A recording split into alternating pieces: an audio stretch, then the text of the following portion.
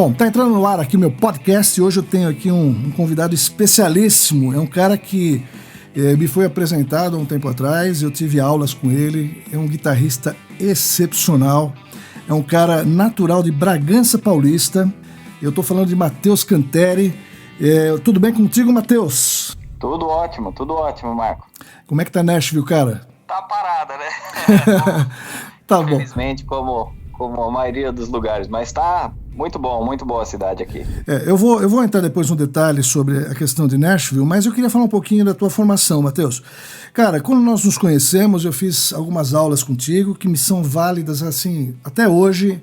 Eu uso muito os recursos que você me passou, porque eu também adoro country music, né? Adoro, cara, né? Você sabe disso.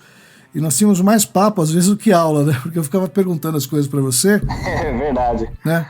É verdade. Então, Matheus, você, cara, é um cara que nasceu com a guitarra na mão, né, cara? O teu pai, o Henry Canteri, ele é um luthier de primeira, é um cara que, inclusive, faz aquelas adaptações de big-bender com muita precisão. Você nasceu no meio da luthieria, né, cara? Sim, é verdade. O meu pai, ele sempre fez manutenção, ele também, quando eu era criança, assim, ele tocava mais do que ele toca atualmente. Hoje em dia, ele parece que a coisa de construir guitarra é o que relacionado à música, é o que satisfaz ele mais. Então ele não toca mais tanto, mas naquela época ele tocava muito e ele dava aula, inclusive, para alguns vizinhos e para uma galera, assim, para amigos, etc. E ele tentou me ensinar algumas vezes e não deu muito certo, porque é complicado aprender com o pai. Ele tinha uma expectativa alta, ele queria me ensinar a teoria desde cedo e eu não estava pronto para isso ainda, né? Então eu acabei começando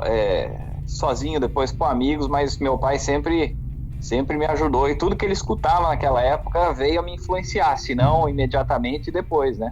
E, Matheus, você teve, assim, dentro desse processo de formação, você também se envolveu com a luthieria de alguma forma, né? Você, além de músico, deve conhecer um instrumento com um grau de precisão diferente de que qualquer outro músico tenha, só músico, né? Você se envolveu nisso também, né?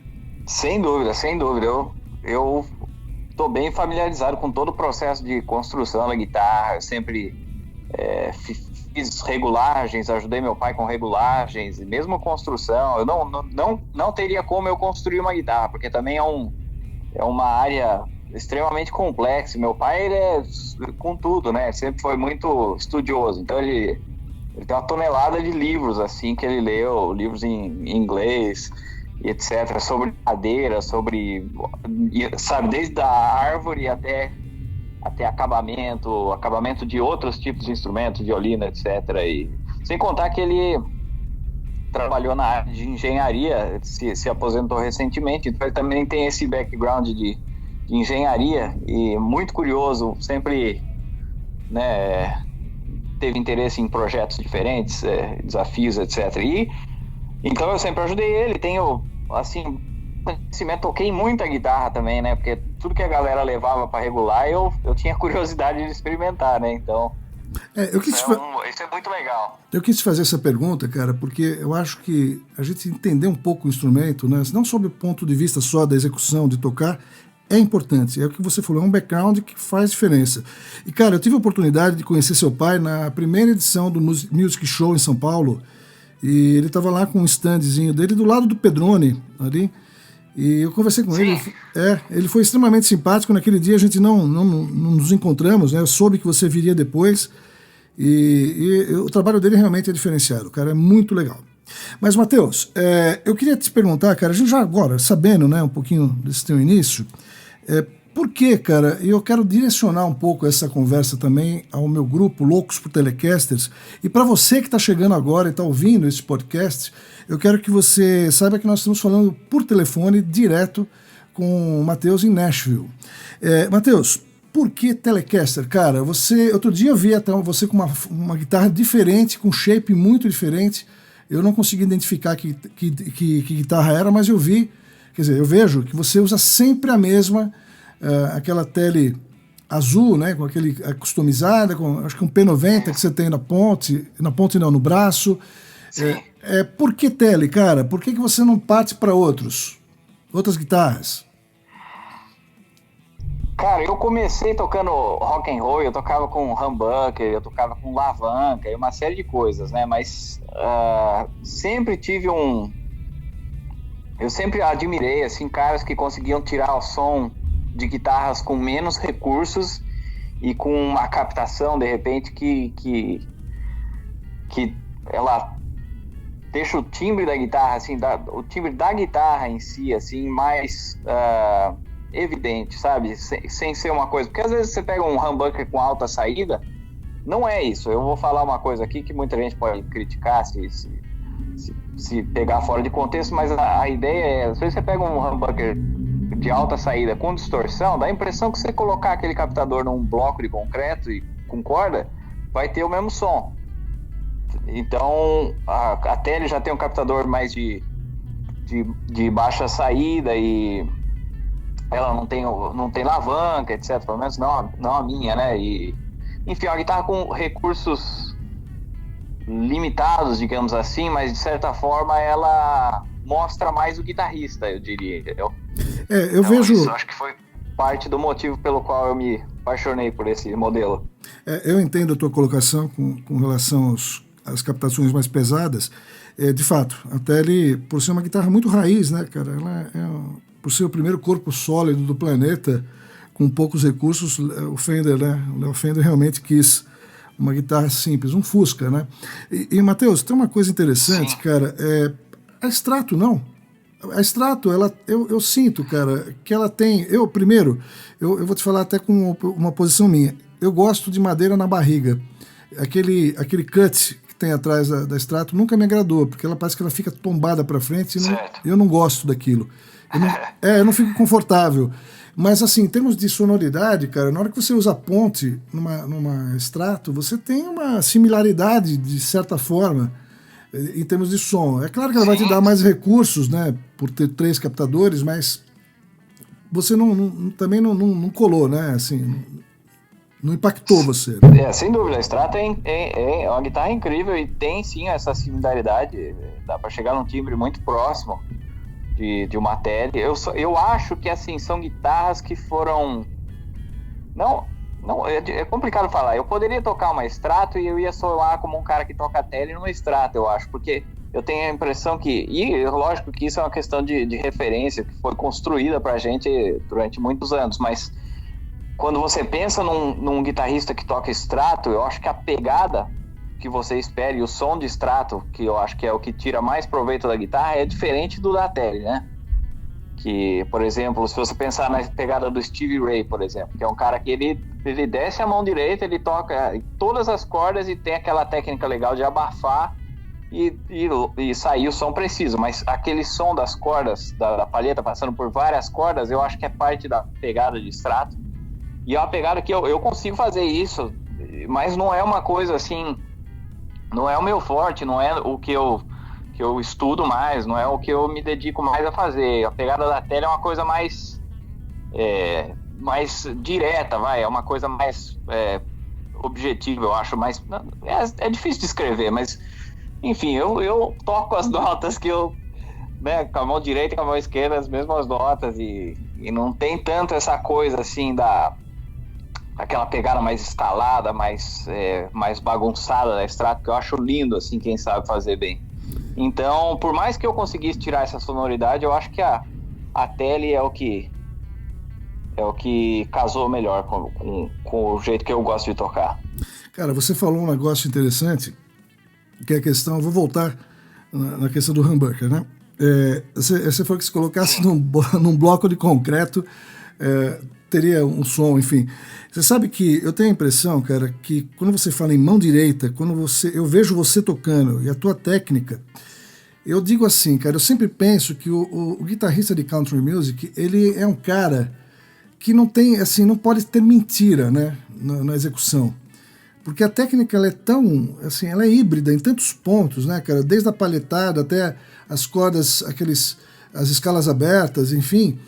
E a mão direita, cara, é tão importante que eu não vejo, honestamente, assim, eu posso até estar com baixas referências, mas eu não vejo alguns guitarristas que, por exemplo, usam as Stratos, guitarristas de rock, que eu vou até aqui falar um que eu sou apaixonado, que é o o Blackmore, né? Ele com extrato no Deep Purple, você ouve todas as notas, né, cara? Ele tem a técnica do cara é impressionante, né?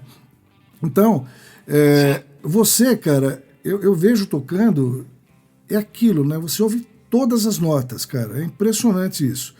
Então, eu sempre falo e penso, né? Eu acho que você poderia falar a respeito da questão da mão direita. A gente sempre fica olhando para o braço, né? Na mão esquerda, mas a mão direita, ela faz um trabalho excepcional, né, cara? Senão não produz resultado, né? Como é que você aperfeiçoou isso, Matheus? Olha, eu sempre falo pro pessoal que a técnica de palhetada híbrida, ela, embora olhando assim, ela pareça mais complicada e talvez seja, se você não estiver acostumado, né? Num primeiro momento, ela é uma técnica como outra qualquer, no sentido de... Eu sempre, quando eu estou ensinando alguém a tocar alguma técnica, assim, eu falo que técnica é uma coisa que você estuda até ficar automático e você não ter que pensar, entendeu? Então, quando eu tô tocando, eu não tô pensando, eu vou palhetar essa nota, essa daqui eu vou tocar com o dedo, essa aqui eu vou tocar... É uma coisa natural, né?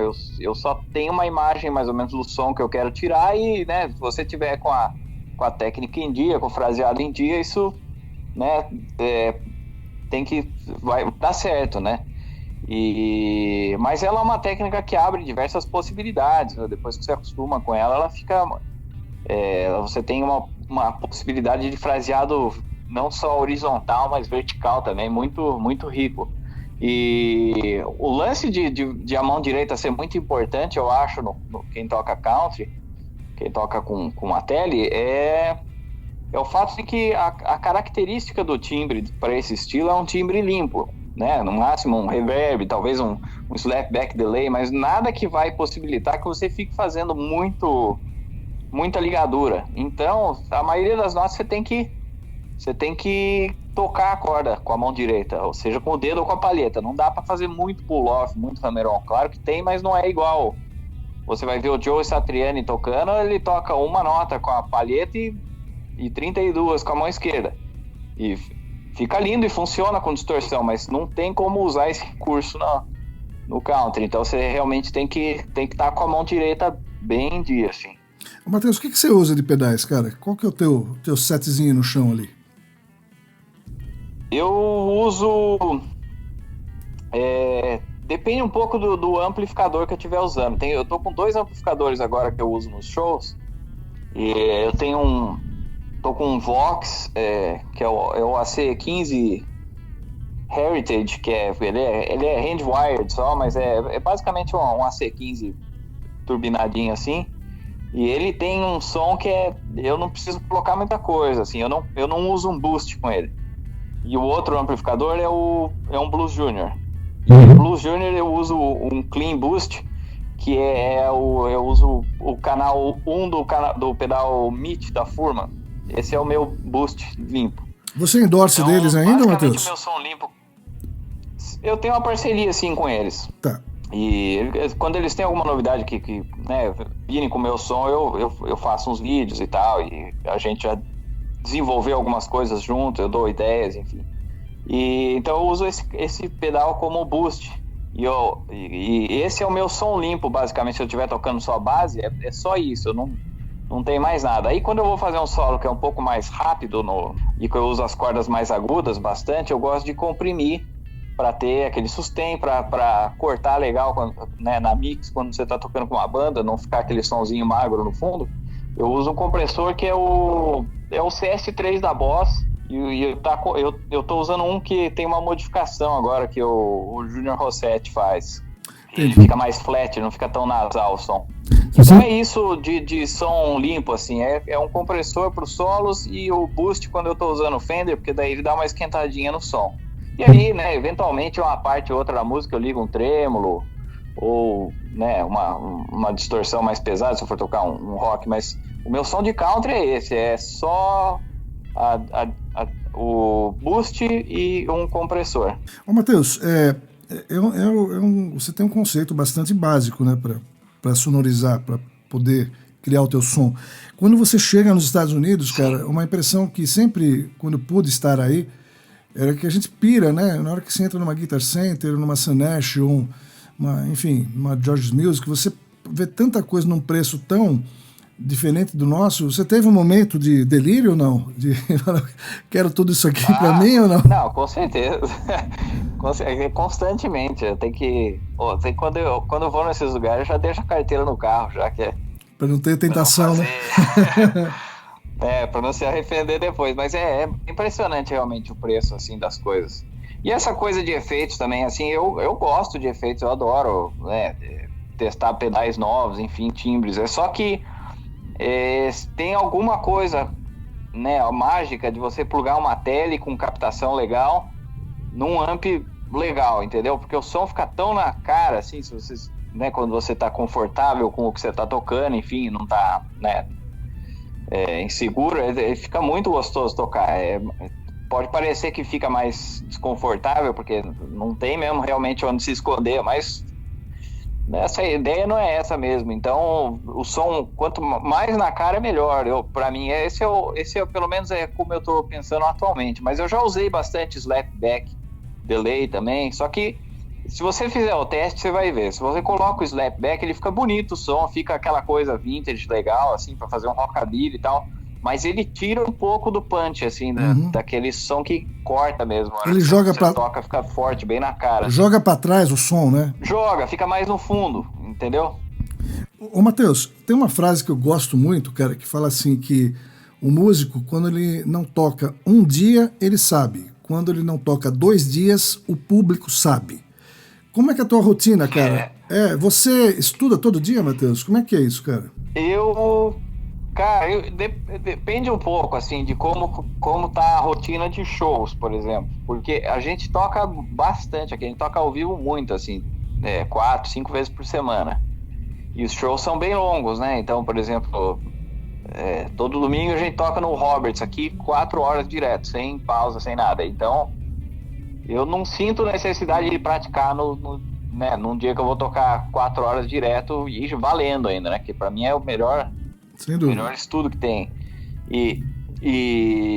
Então depende um pouco. Agora, eu gosto de estudar, por exemplo, fraseado. Eu gosto de desenvolver licks novos quando eu acho que de tempos em tempos eu sinto que eu tô ficando repetitivo nos improvisos, assim. Eu sinto que por mais que eu não tenha nada pré-planejado, eu tô indo pro mesmo lugar, sabe? Numa música, por exemplo. Sim. E aí eu gosto de estudar um pouco, falar assim, não, vamos ver o que eu consigo fazer aqui, se eu parar e pensar. Então daí eu gosto de desenvolver novos licks, esse tipo de coisa eu gosto. Às vezes eu vejo algum guitarrista tocando ao vivo que fez um lick legal, tocou uma música, sabe, levou uma música para um outro lado que eu não tinha pensado. Eu gosto de estudar isso também. E outra coisa é, às vezes, por exemplo, se eu sentir que alguma música eu tô, sabe, tô meio sofrido para tocar alguma coisa assim, aí eu gosto de parar e pensar, ou praticar mais e resolver o problema. Por exemplo, sei lá, minha paletada eu tô sofrendo para tocar essa música aqui, vou ter que dar uma treinada. Aí você dá uma treinada, né, entra em forma de novo e beleza. Ou então, às vezes tá fazendo um negócio que isso é uma coisa que eu sou muito fã e já há alguns anos que eu venho focando meu estudo nisso, que é achar soluções mais inteligentes, não necessariamente mais difíceis ou mais impressionantes, assim, tecnicamente, entendeu? Então, às vezes você acha uma frase que vai surtir o mesmo efeito, só que é muito mais fácil de executar porque você mudou alguma coisa que estava atrapalhando. Então, eu gosto muito disso. Quando você vê o Johnny Highland tocando, ou o Brent Mason, por exemplo, e você tira os solos deles, por mais que seja rápido e tal, a digitação, a forma como eles organizam a técnica, sabe? Agora paletou, agora é dedo, agora, sabe? É muito organizado, então as frases elas fluem de uma maneira muito mais natural, não é uma coisa, você não força a barra tanto. Então, isso eu acho uma técnica inteligente. Esse é sempre o meu objetivo. Você sabe, Matheus, que tem uma coisa, assim, saindo um pouco da guitarra, eu penso mais ou menos, quer dizer, acho que mais ou menos não, eu penso exatamente como você. Quando a gente entra no canto, por exemplo, né, eu não sei se você também sente isso, porque também você é um cantor, né? Eu lembro que você gravou um CD antes de ir para aí, e tinha um hit ali bem legal, e eu vejo assim, cara, todo mundo cisma com o 440, né? No registro de 440 se esgoela.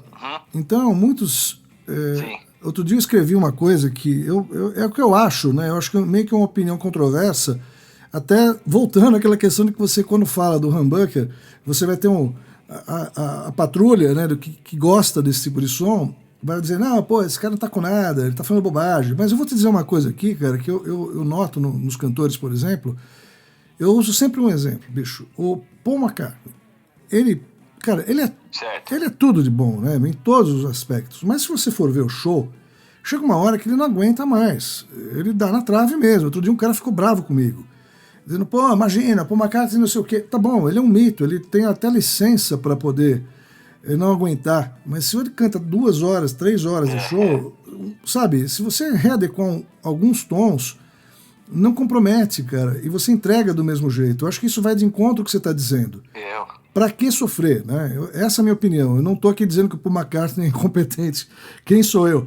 Mas mas eu concordo plenamente, Bom, enfim, Matheus, eu tenho na minha memória, cara, de quando nós nos falávamos pelo Skype, eu lembrei que eu falava, Matheus, você tem que ir embora, cara, pô, vai pra fora. O country music no Brasil tem uma limitação, as pessoas não entendem muito. Isso eu não tô aqui querendo denegrir o gênero, muito pelo contrário, porque eu amo country music. Mas o Brasil tem dificuldades de aceitar, né, cara, gêneros como esse. Houve já um tempo que tinha mais espaço, hoje não tem tanto e tal. Como é que você, cara, jovem, você tá com quantos anos, Matheus? Eu tô com 29 agora. 29, muito bem. Jovem, competente, se estrutura para sair do Brasil, sabendo que vai encontrar dificuldades. Como é que você cavou a oportunidade de falar assim, pô, eu vou com a cara e a coragem e vou tentar, vou pegar minha guitarra e vou embora? Como é que você fez isso, cara?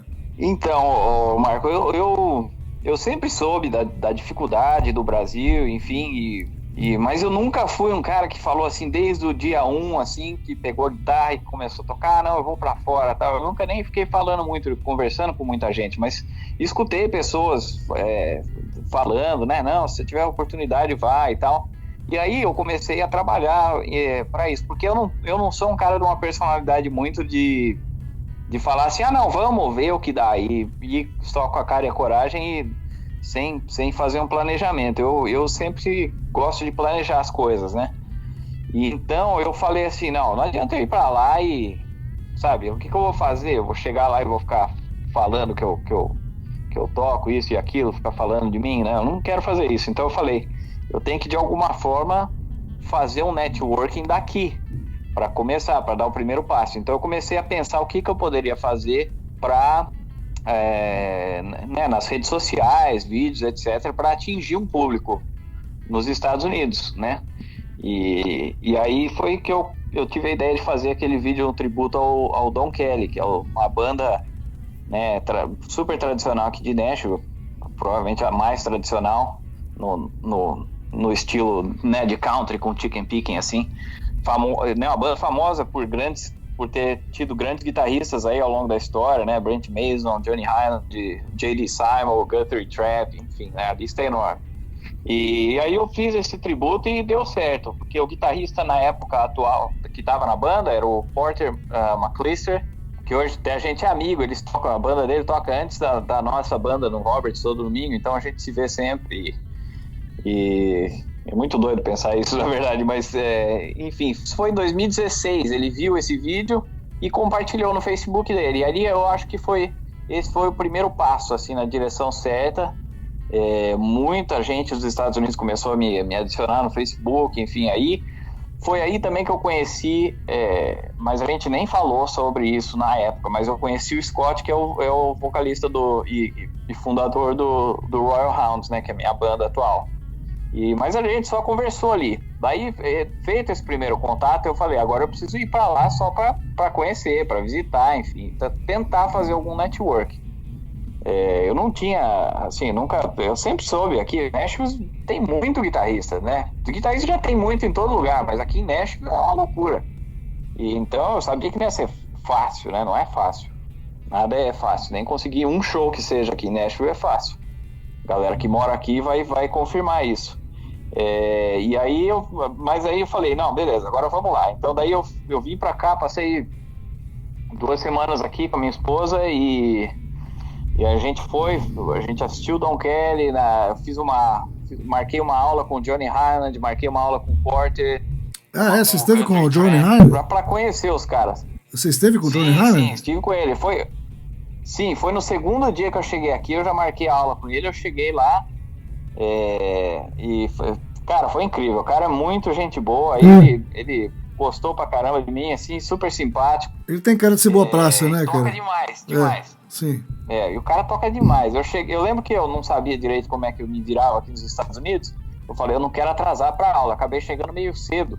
E era na hora do almoço. Ele tava, terminando de almoçar, sem aquecer, sem nada. Ele catou a guitarra, jogava direto no amp, assim, e o cara é impressionante, ele tocando. Ele não é uma nota. Bom, você pode vasculhar o YouTube, você não vai achar, é impressionante. Ele realmente é fora da curva, assim.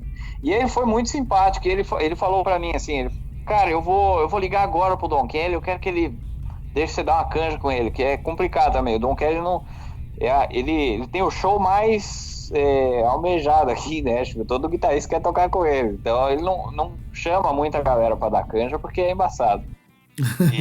Mas aí ele pegou e ligou. Isso foi muito, muito legal. Isso aí significou demais pra mim. O Johnny Highland pegou e ligou pra ele e falou: Dom, eu tô aqui com o Matheus, o cara é seu fã do Brasil, toca muito. Deixa ele dar uma canja aí com você. Daí ele falou: não sei, fala pra ele vir no show aí e tal. Daí eu fui.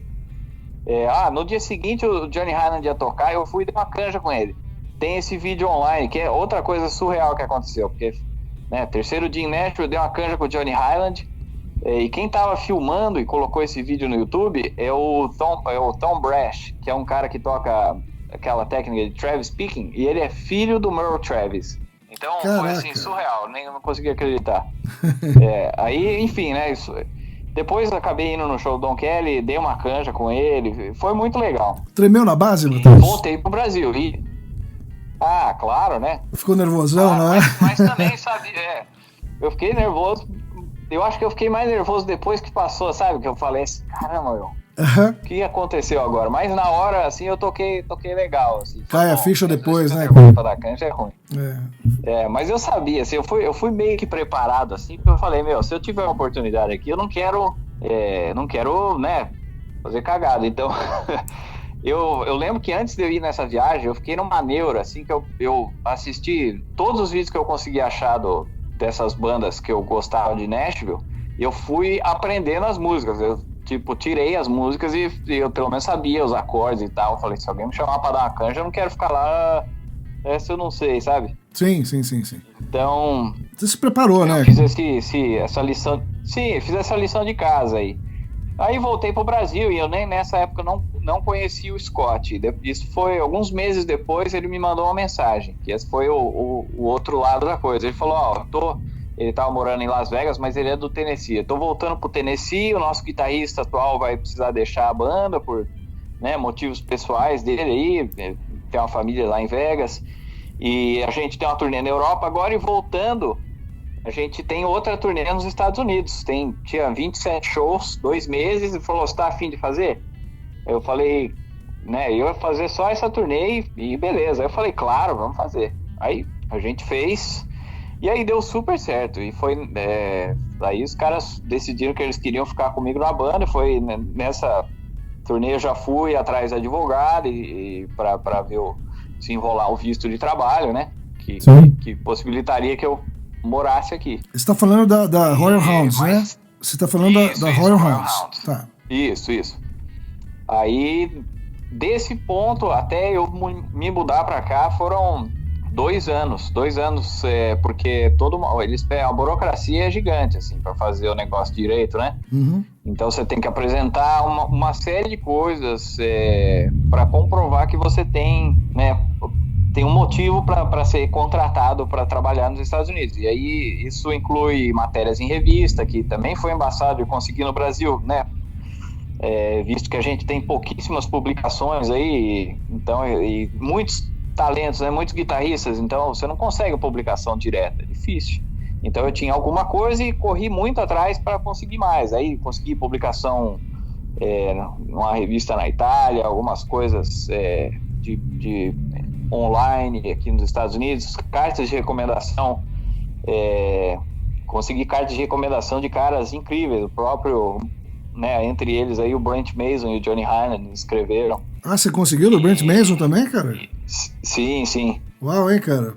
Conheci ele um tempo depois também, quando a gente estava gravando o disco do Royal Hounds, o último disco que a gente estava gravando no estúdio Blackbird aqui, né? A gente estava num estúdio, numa sala, e aí eu vi que o equipamento dele estava na outra sala, e aí o Scott, sem eu saber, mandou um e-mail para ele, falou, pô, eu tô aqui com o Matheus, e nessa eu já havia falado com ele, né, online e tal, e ele até brincou comigo, ele falou, pô, por que você não colocou eu naquele vídeo do Don Kelly? Eu toquei com o Don Kelly também. Eu falei, é que eu não achei nenhum solo seu, né, pra eu tirar, porque ele ele foi o primeiro guitarrista da banda, então muito tempo atrás, antes do YouTube. Ele é um cara simples, Matheus? Ele brincou comigo e tal.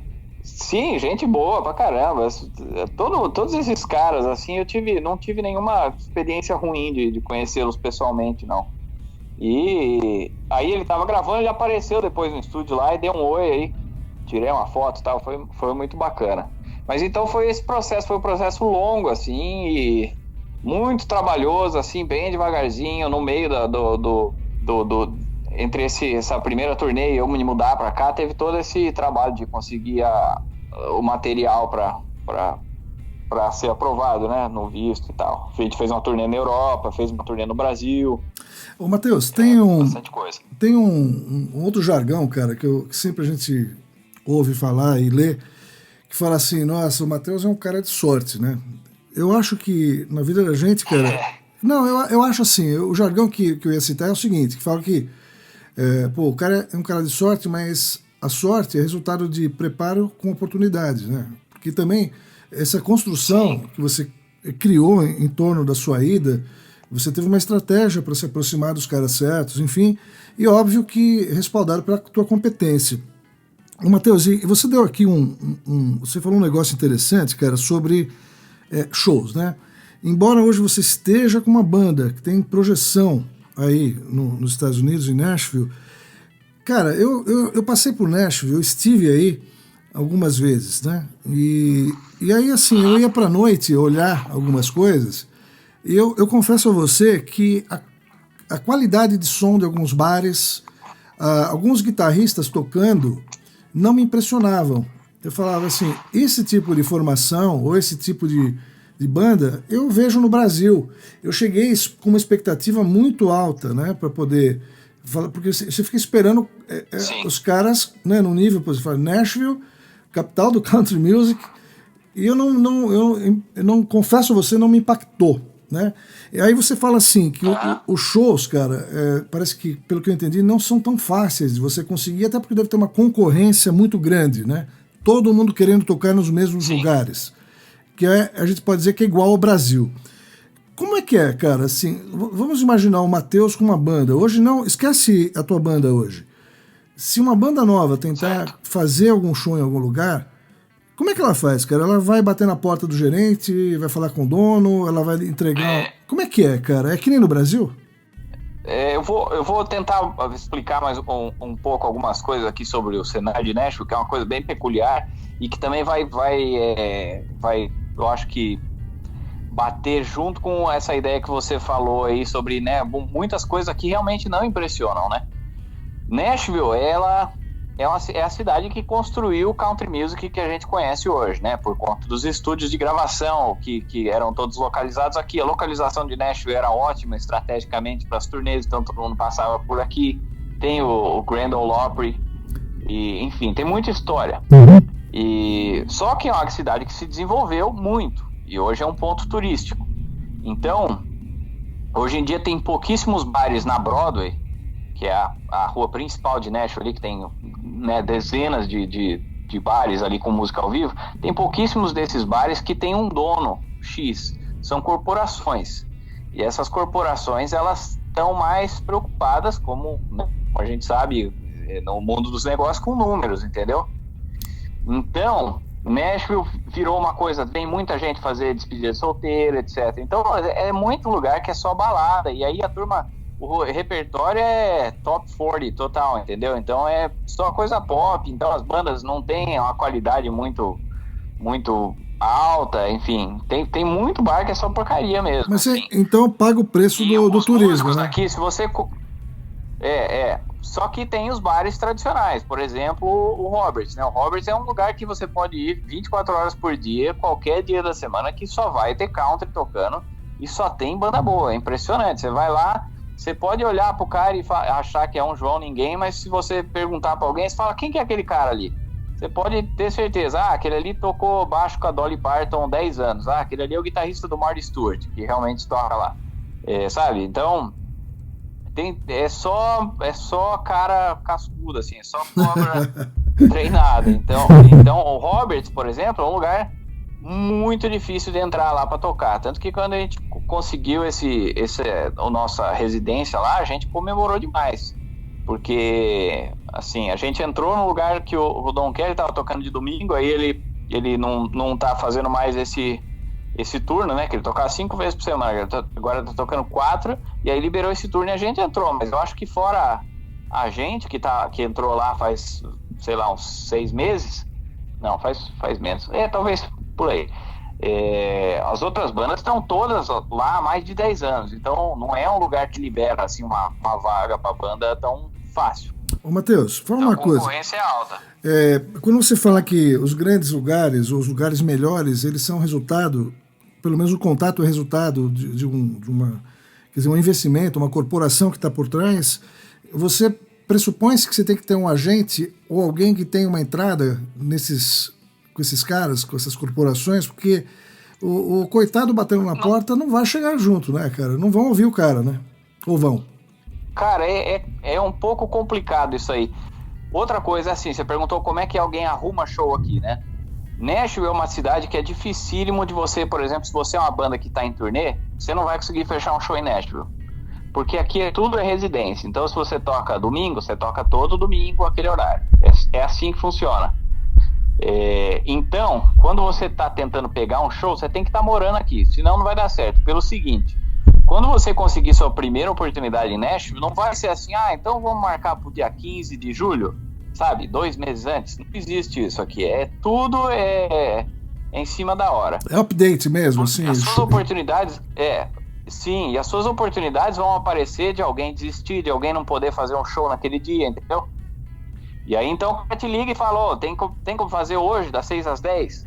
Entendi. Aí você vai, pega e vai. Se você fizer um bom trabalho, o cara vai lembrar disso, entendeu? Vai prestar atenção, né? Agent, né, desse lugar. Isso, e você consegue acessar essas pessoas. Só que é complicado porque tem muita banda, mas aos pouquinhos vai, entendeu? E agora outra coisa que pode acontecer às vezes vai uma banda mais ou menos, mas que tem uma imagem legal, que diverte a galera, e às vezes a proposta do bar é essa, e essa banda, ela às vezes vai ganhar aquele show em cima de uma outra banda que nem que às vezes é melhor, entendeu? Musicalmente, mas não põe um show tão legal.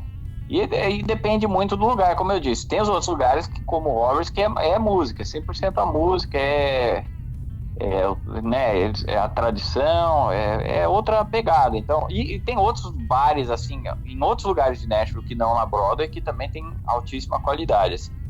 Ô, Matheus, sob o ponto de vista, cara, de grana, né? Eu não vou, obviamente, perguntar quanto você ganha, não é o objetivo, não é esse, mas a relação das casas com o músico é leonina, ela é, por exemplo, vamos falar do Brasil, né? Pela minha experiência. Aqui, quando você pega um cachê per capita de, sei lá, 400, 500 reais, é muito bom, né? É um bom cachê. Mas a maioria é excelente, né? A maioria das casas aqui, eu tô falando muito especialmente de São Paulo, cara. Eu tô em Curitiba, né? Eu tô encontrando grandes dificuldades de colocar, enfim, hoje sozinho, né? Os meus acústicos, porque, cara, sempre fica aquela relação de, você quer, pega, não quer, outro pega, e aí eu vou te pagar X e lamba os beiços.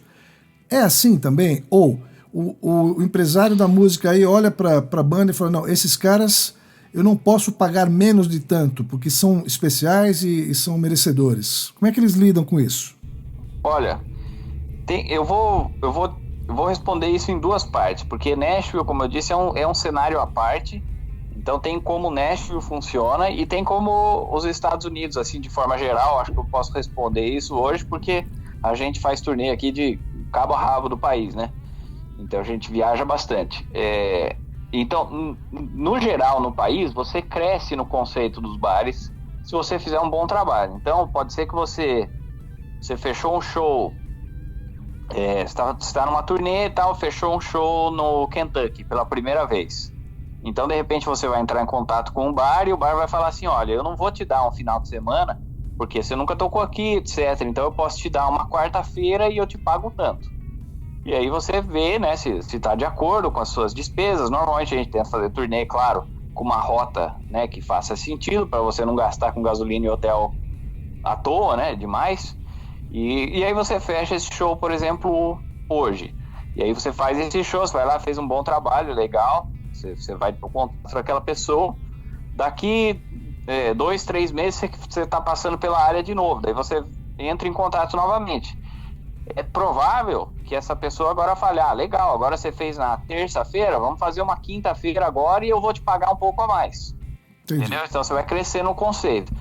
Então, a gente, como já tem, a banda, como já tem, né, antes mesmo de eu entrar, a banda já tinha uma história grande de fazer essas turnês e tal. Então tem vários bares hoje que a gente vai para fazer um final de semana com um cachê já bem legal. E mesmo assim, esse cachê, às vezes, se for uma ocasião especial, etc., ele pode aumentar, né? Às vezes você toca sempre num bar por um valor X.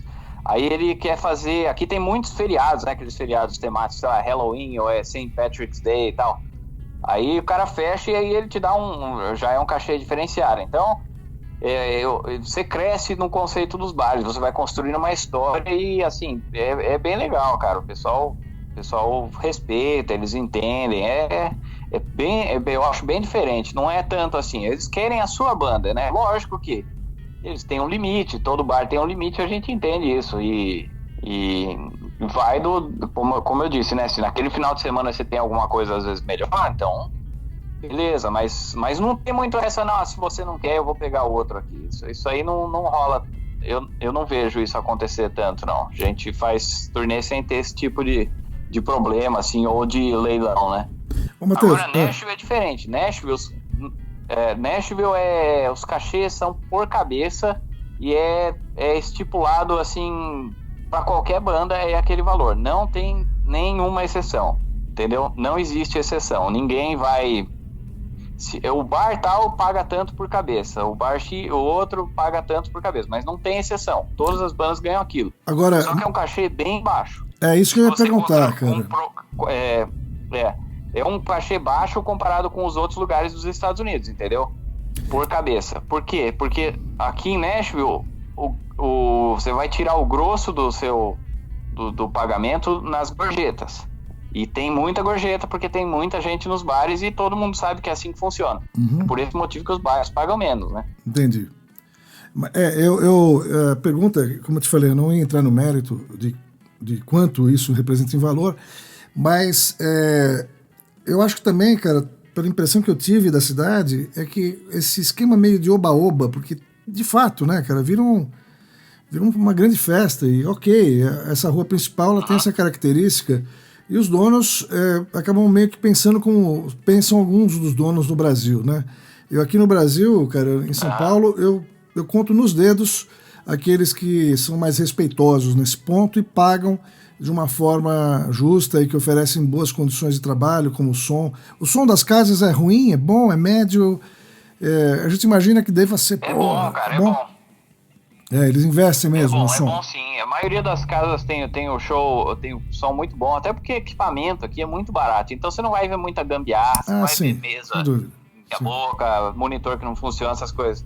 Tudo funciona legal. Casas um pouquinho maiores, às vezes tem um técnico de som, outras casas não tem, você mesmo que faz o seu som, é o caso do Roberts, por exemplo. A gente mesmo que regula o som e tal. Mas como a gente já toca lá toda semana, a gente já chega, já foi lá e acabou. Você diria, Matheus... Não tem passagem de som também aqui. Você diria que ser músico nos Estados Unidos vale a pena, cara? Sim, vale sim. Até outra coisa também, além de ter o lado financeiro, assim, que não é que você fica rico aqui tocando aqui, não é isso, mas se você comparar o que você consegue comprar em termos de equipamento, etc., todo o poder aquisitivo aqui, eu acho que não se compara, assim, sabe? Eu vou comprar corda aqui, eu pago 3 jogos de corda da Dario aqui, eu pago $13, entendeu? 3. Então, assim, isso aí é diferente, se gasta menos também, entendeu? Eu sempre tive uma convicção, cara, assim, por percepção, de que a vida nos Estados Unidos, independente, né, do segmento da música, que os preços são convidativos e tentadores, as pessoas, elas conseguem ter acesso, eu digo assim, a pobreza nos Estados Unidos é diferente. As pessoas compram, a relação de consumo é diferente, né? Então, quer dizer, hoje, como músico, você pode afirmar que você vive melhor como músico nos Estados Unidos que viveria no Brasil. Estou errado? Sem dúvida. Não, tá certíssimo. Ô, Matheus... Não dá nem para comparar. Agora saindo um pouquinho desse aspecto espetacular que você está dando, porque eu nunca tive a chance de conversar com um brasileiro com essa experiência toda. Cara, falando de amenidades, você esteve no Museu do Country Music? Sim. Você gostou, cara? O que você... Eu pirei com aquilo. Eu gostei muito, cara. Gostei demais. Muito incrível, legal, né? Os instrumentos, as roupas, é muito legal. É incrível como a América, ela valoriza, né, cara, o passado, né? Ela tem esses santuários, né? É impressionante. Não, é demais, cara. É demais. Isso aí é impressionante. Isso é outra coisa também muito legal, muito cultural, né? Porque aqui é impressionante como parece que se você conversar com qualquer um, eles sabem muito sobre a história deles, sabe? Eles têm essa coisa do patriotismo que às vezes se manifesta de forma ruim, às vezes boa. Eu acho que uma forma boa que eles se manifestam é essa coisa deles ter orgulho da história deles, do passado, de saber quem construiu, quem trabalhou pelo gênero da música, seja lá o que for, né? Mas eles valorizam bastante, cara. Eu achei muito legal. Eu lembro, Matheus, que quando... Eu acho muito legal isso neles. Quando eu estive no museu, acho que fui por 2 vezes, tem sempre uma tour para os estúdios B da RCA, onde Elvis grava uma grande parte do repertório, né? Você esteve já nesse estúdio? Sim. É incrível, né? Eu não fiz a tour do estúdio fez? B. Eu fiz em Memphis do Sun Studio. Bom, sim. Eu fui também. Também é um negócio impressionante, né, cara? A gente volta sempre ao ponto, né? Eles fazem a história viver, né, cara? A história vive ali na Sun Records, é uma experiência de arrepiar. Se você imaginar... Na sala onde foi gravado o Elvis, lá e escutar, tipo, That's Alright Mama, ali, de arrepiar. A cabeça viaja, né, cara? Eu fiquei muito impressionado quando, no Museu do Country Music, a entrada dava direito a você pegar uma van que ficava ao lado ali, e eles levam você aos estúdios B da RCA, e aí você vê assim, as fotos de Roy Orbison, a Dolly Parton, você vê todo esse povo que passou por ali. E o que me impressionou naquela vez que eu fui, cara, é que deixaram sentar no piano, sabe? Falaram assim, toca aí. Eu não sou pianista, mas um pé de galinha eu coloquei, falei, cara... E aí o rapaz que conduzia a visita falou, Elvis quis comprar esse piano e a RCA não vendeu. Eu falei, cara, eu tô sentando num lugar que você pira, né? E aí nesse dia, cara, dentro da técnica, né, tinha um grupo de jovens, cara, ali, né? Aí eu perguntei, o que esses caras estão fazendo ali? Ele falou, são engenheiros, estudantes de engenharia de som que vêm entender como é que se gravava na época. Então, cara, isso é de né, eu acho que de um avanço, assim, apesar de ser, você fala, avanço como? Mas você entender a tecnologia do que eles construíram naquela época e que ainda hoje, cara, tem que ser valorizada porque a qualidade é excepcional, né? Enfim. Matheus... Você tem eu não quero me prolongar muito mais, que a gente já está quase 1 hora conversando, tá muito gostoso. Você compartilha, cara, já li bastante a respeito, e eu tenho uma opinião também de que no Brasil a gente não sabe gravar. Você acha que, depois de gravar nos Estados Unidos, você acha que essa é uma afirmação injusta ou não? Olha, é complicado, eu acho que eu entendo em parte, mas tudo a gente não pode generalizar, né? Tem muita gente boa no Brasil, seja na área de produção, de mixagem, Tem verdadeiros pioneiros, eu diria, no Brasil, assim, nessa questão de... principalmente na área de produção, assim, eu gosto de fazer mixagens e tal, e tenho amigos aí, o nosso disco mesmo, do Royal Hounds, o último, ele foi mixado por um brasileiro, aí o Tchuca Júnior, que eu conheci há um tempo atrás, quando eu visitei o estúdio do Fernando aí, do Fernando Sorocaba. Mas tem outra coisa que eu acho que o que faz a diferença, na verdade, é a parte da música mesmo em si, sabe? A gente, por exemplo, gravou o disco novo aqui ao vivo, né? A gente tocou as músicas juntos, todo mundo tocando ao mesmo tempo. Não foi aquela coisa assim, sabe? Tocar nota por nota, separadinho e tal, não sei o quê. Depois a gente fez uns overdubs, tal, de solos que tinham obras, vocais, etc. Mas você captura uma energia diferente, né? Quando você faz dessa forma. E eles... É diferente, cara. É diferente o conceito, assim. Eu acho que eles gostam mais de...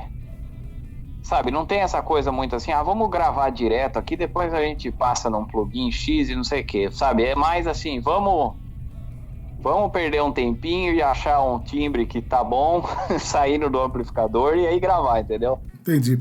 Eu não sei... Então é uma coisa mais real. Mas, ô Matheus, me fala uma coisa, você grava digital ou vocês passam por fita, cara? Tem os dois processos? Como é que vocês fazem? A gente gravou digital, mas a gente usou muito equipamento assim, né, analógico, pré-compressor, essas coisas tudo, até porque o Blackbird é um estúdio assim, é impressionante, o lugar é incrível assim, então eles têm de tudo lá e os engenheiros lá tomaram conta legal assim do timbre, mas a gente não gravou em fita. Uhum. Mas tem muitos estúdios aqui que fazem isso, desde da captação mesmo, até outros estúdios que de repente vão fazer na hora da masterização, passar o produto final pela fita e tal, para dar aquela esquentada. Tem de tudo, cara. Nashville tem muito estúdio, tem estúdio para todo gosto aqui, tem estúdios que só trabalham dessa forma mais vintage, assim. E, enfim, o pessoal gosta muito, mas eu vejo que, assim, no geral, eu diria que a diferença tá na coisa de realmente fazer, assim, tirar o som do músico, assim, desde essa etapa, e não ficar tanto focado em consertar as coisas depois, ou gravar por pedacinho, tudo picotado, entendeu? Uhum. Ô Matheus... Então, eu acho que sempre pegando da raiz, assim, da coisa, sabe? Ter certeza de que o timbre tá legal, saindo, afinar a bateria, sabe? Esse tipo de coisa.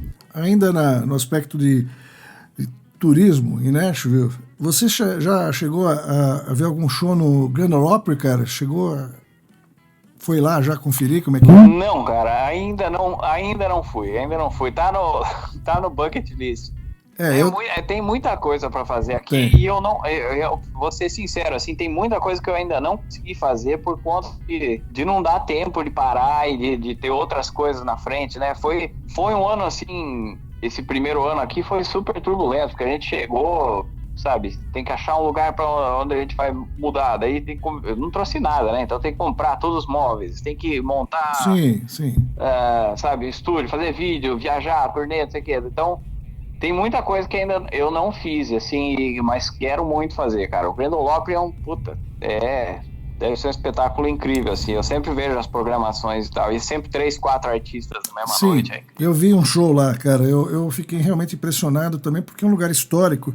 E, assim, a gente tem cada vez mais a certeza, cara. E a gente, quando eu comento, às vezes, com algumas pessoas, as experiências de ter visto coisas relacionadas à música nos Estados Unidos...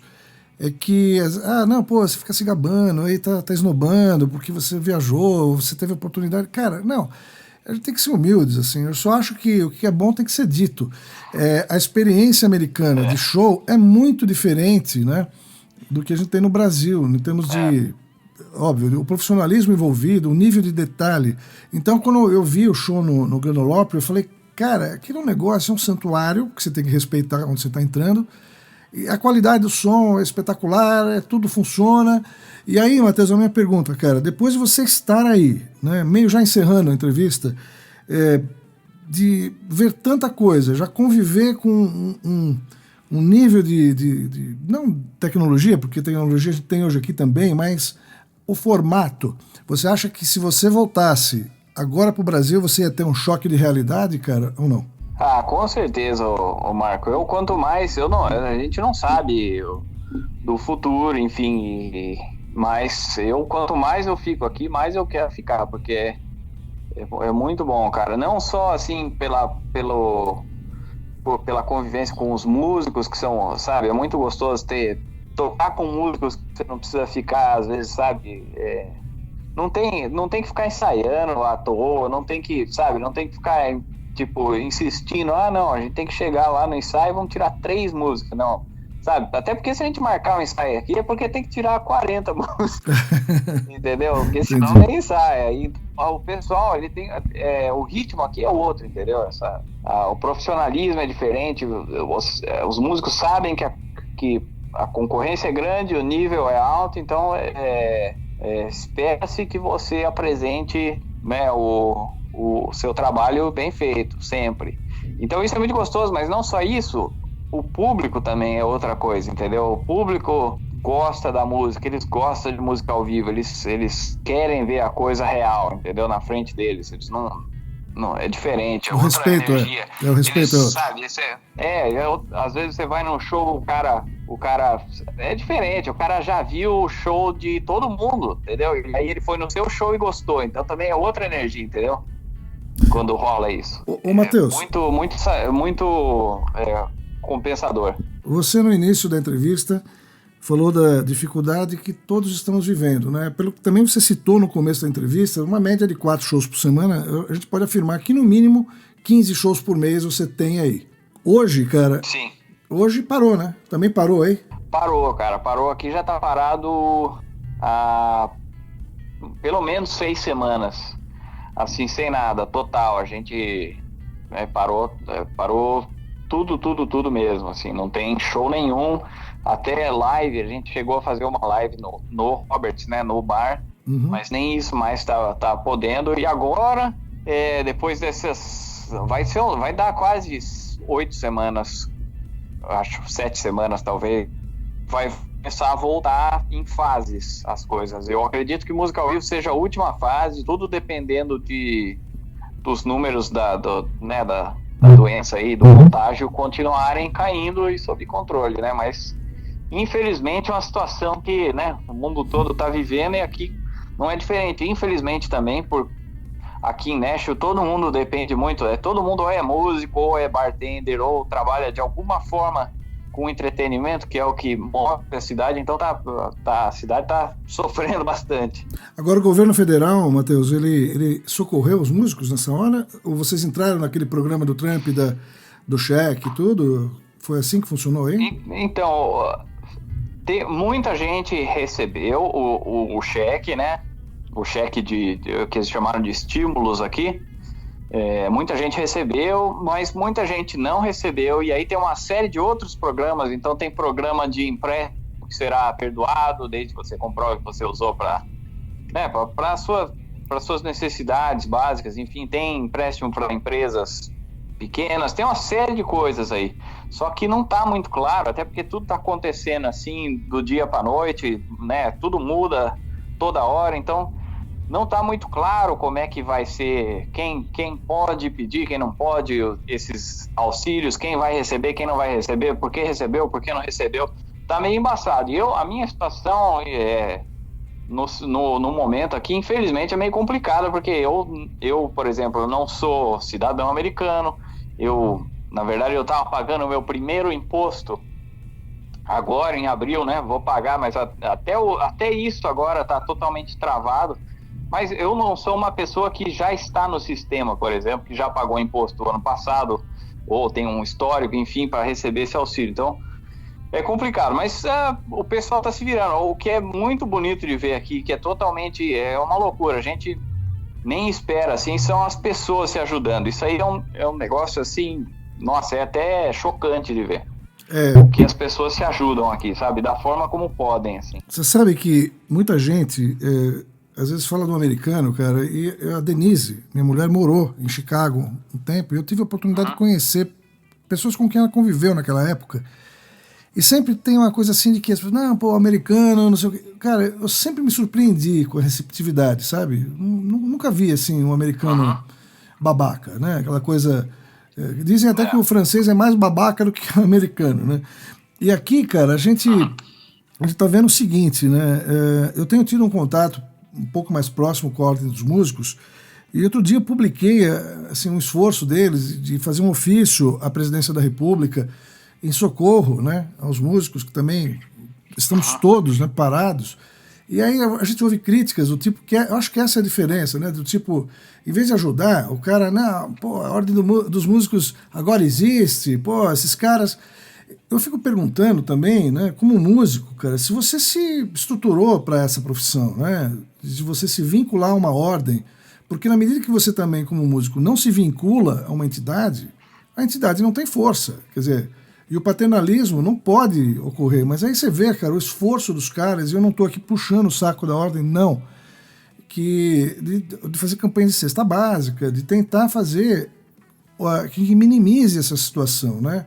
O país, como você deve estar acompanhando, não tem políticas públicas, né, cara? O caos está muito próximo, né?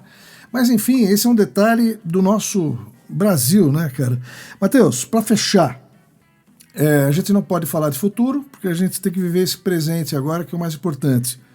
Vocês estão gravando, vão gravar, a retomada dos shows. O que vai acontecer nos próximos meses, assim que aliviar essa barra, cara? Cara, a gente quer voltar a tocar ao vivo assim que possível, né? E a gente tá esperançoso que isso esteja próximo agora, né? Se tudo der certo aí, as coisas vão as primeiras fases aí de reabertura dos lugares vai ser um sucesso e a gente vai conseguir voltar logo.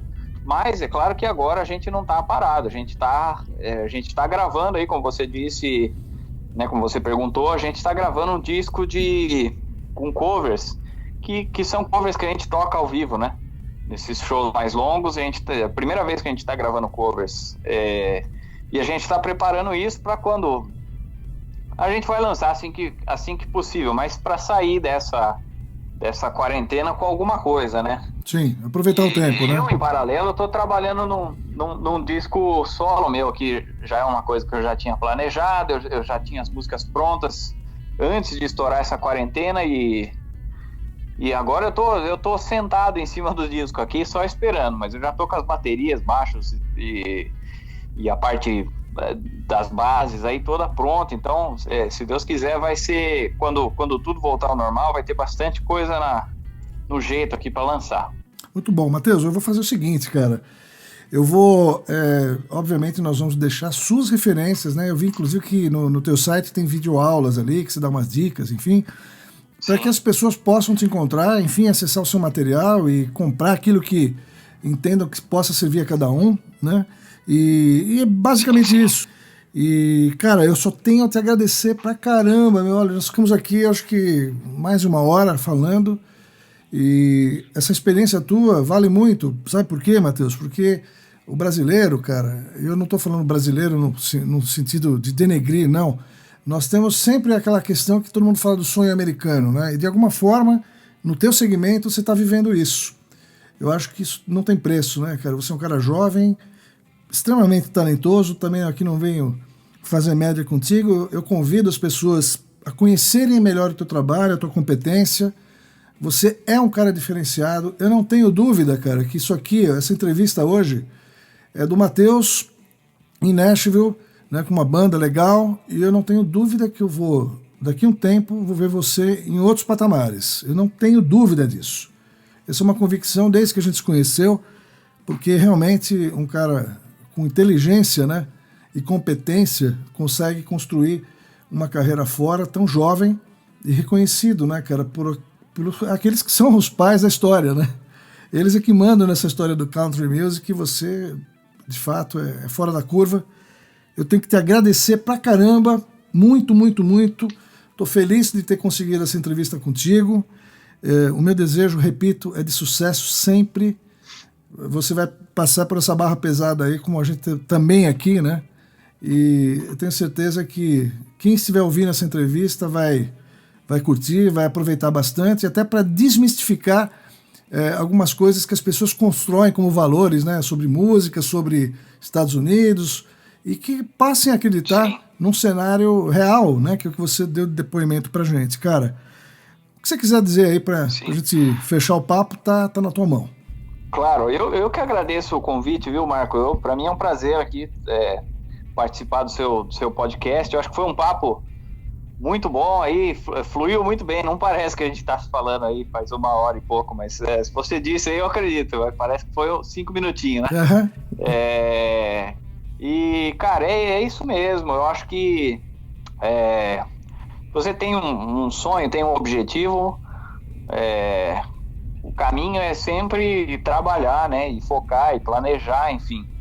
Eu tive momentos que eu poderia ter feito outra coisa, de repente ter ido para uma praia que talvez fosse mais comercial, enfim, mas, né? Ou você faz o que gosta, ou também não tem garantia de que vai dar certo. Então, acho que para mim sempre foi muito claro que eu deveria acreditar no que eu gosto e trabalhar duro para as coisas darem certo, e eu acho que pode ser assim com qualquer um que faça isso. Então, obrigado aí mais uma vez, e é isso. Valeu. Valeu, Matheus, muito obrigado, cara. Cuide-se aí, você, a Júlia, força e fé, bicho. Você está construindo, de fato, repito, uma trajetória invejável pelo ponto de vista de competência e de um brasileiro representando aí, um músico aí fora, sem deixando nada a desejar, né, cara, aos demais que estão aí. Cara, valeu, muito obrigado. Muito obrigado. Forte abraço para vocês, e eu vou publicar, deixando claro aqui, esse link vai estar no Loucos por Telecasters, para que as pessoas lá, a gente tem mais de 3.300 membros ali, e que prestigiem o teu trabalho. Maravilha. Tá bom, Matheus? Forte abraço, cara. Obrigado por tudo. Muito obrigado. Um abraço. Abraço.